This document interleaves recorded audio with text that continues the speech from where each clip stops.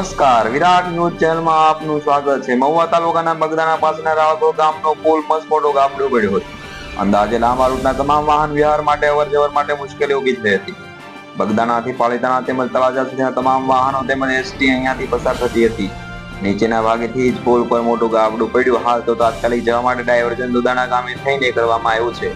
પુલની હાલત લાંબા સમયથી જર્જરિત હતી। તંત્ર દ્વારા કોઈ પણ જાતની મરામત કરવામાં આવી ન હતી।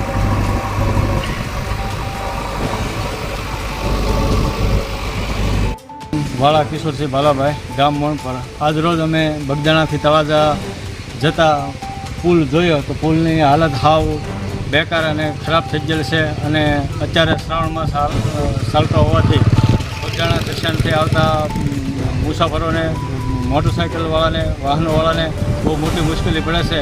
અને આ પુલનું તાત્કાલિકમાં કામકાજ ફરી વખત નવો બનાવવાનો આપે એવી સરકાર આગળ પ્રાર્થના।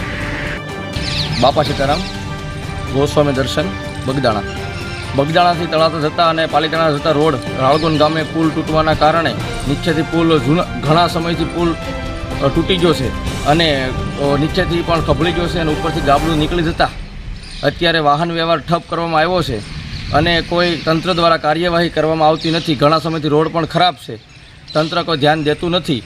એના કારણે અત્યારે ચોમાસાની સિઝનના કારણે વરસાદ બહુ પડતા એના ઉપર રસ્તો બહુ ખરાબ થઈ ગયો છે, તો એને ડાયવર્ઝન અત્યારે ગામજનોએ દુધાણાથી આપવામાં આવ્યું છે।